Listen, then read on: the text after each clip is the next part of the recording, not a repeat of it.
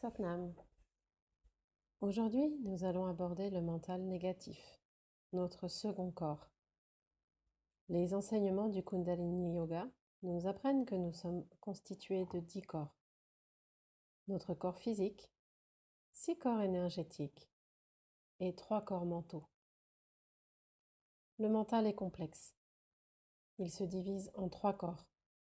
Le mental négatif, le mental positif et le mental neutre. Lorsque l'on parle de mental négatif et de mental positif, il ne s'agit pas là de qualificatifs de valeur, mais ce sont en fait deux qualités différentes. L'éducation du mental par le yoga et la méditation consiste à faire passer nos pensées par le prisme du mental négatif, du mental positif, puis du mental neutre, avant de décider d'agir ou de ne pas agir. Il faut avoir en mémoire que l'âme, notre premier corps, n'est pas de ce monde. Elle y est étrangère et n'en connaît pas les codes. Elle ne connaît pas le trajet qu'elle a à parcourir dans ce monde. Pour la guider, nous disposons d'un formidable outil, le mental. Le mental est très rapide. Yogi Bhajan disait que le mental est plus rapide que Dieu. Mais le mental peut être aussi bien notre meilleur ami que notre pire ennemi. On peut envisager notre corps comme un taxi, dont le mental serait le chauffeur et l'âme la passagère, qui indique le chemin. Le danger est que si l'âme s'endort, le mental va prendre le contrôle pour aller là où il veut et faire des détours. C'est ce qu'on appelle les intrigues du mental, et on connaît tous très bien cela. Le mental a donc besoin d'une référence, d'une éducation et d'une discipline spirituelle. Sans cette référence, le mental va se perdre en lui-même, va se prendre lui-même pour référence. C'est l'ego, et là c'est la catastrophe. La névrose, des comportements d'autodestruction, voire de la psychose. Le mental négatif, lui, est toujours le premier à agir. Il est comme un garde-fou et nous permet d'analyser les dangers d'une situation donnée pour agir en conscience. On lui reconnaît 4 grandes caractéristiques. La première de ces caractéristiques est la forme. Le mental négatif permet d'exprimer la puissante force créatrice de l'âme, notre premier corps, sous une forme pérenne.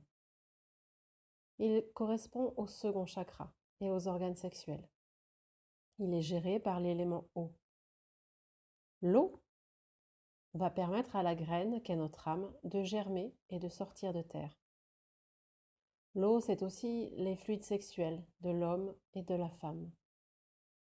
L'eau stimule le désir d'appartenance, le rêve d'être aimé et la connexion à l'autre.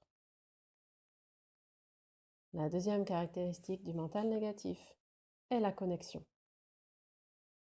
La vraie question est, quelle est votre véritable relation à l'autre? La circulation d'énergie est-elle fluide ou bloquée? Quand le deuxième corps est fort, on peut se connecter à chacun à un niveau qu'il peut accepter. C'est une seconde nature qui permet de se relier à l'autre en utilisant la subtilité des postures, des gestes, de la voix, des mots, des expressions du visage, des sujets à aborder ou à éviter. Si le second corps est faible, on est maladroit et sans souplesse dans ses connexions. La troisième caractéristique du mental négatif est la retenue. En écoutant les consignes du mental négatif et en considérant tous les résultats négatifs possibles d'une situation donnée, on peut alors se protéger si les choses ne tournent pas comme prévu. Le mental négatif donne la première alerte pour élaborer des stratégies et des plans d'urgence. La quatrième et dernière caractéristique du mental négatif est l'obéissance. Il ne s'agit pas là de soumission à la volonté d'autrui, mais plutôt l'écoute et l'obéissance à notre âme. Le mental négatif calcule le danger qu'il y a à écouter l'ego plutôt que l'âme, et l'obéissance se fait par un enseignement spirituel. La véritable relaxation se fait lorsque l'on a une relation d'obéissance à son âme. D'une manière générale, lorsque le deuxième corps est faible, cela se traduit par des selles dérangées, des infections rénales, des problèmes de vessie et des dysfonctionnements sexuels. On est également facilement influençable par les autres et pas suffisamment à l'écoute de sa propre voix intérieure. En revanche, un mental négatif puissant se traduit par la clairvoyance, la patience d'attendre le bon moment et les bonnes conditions pour agir.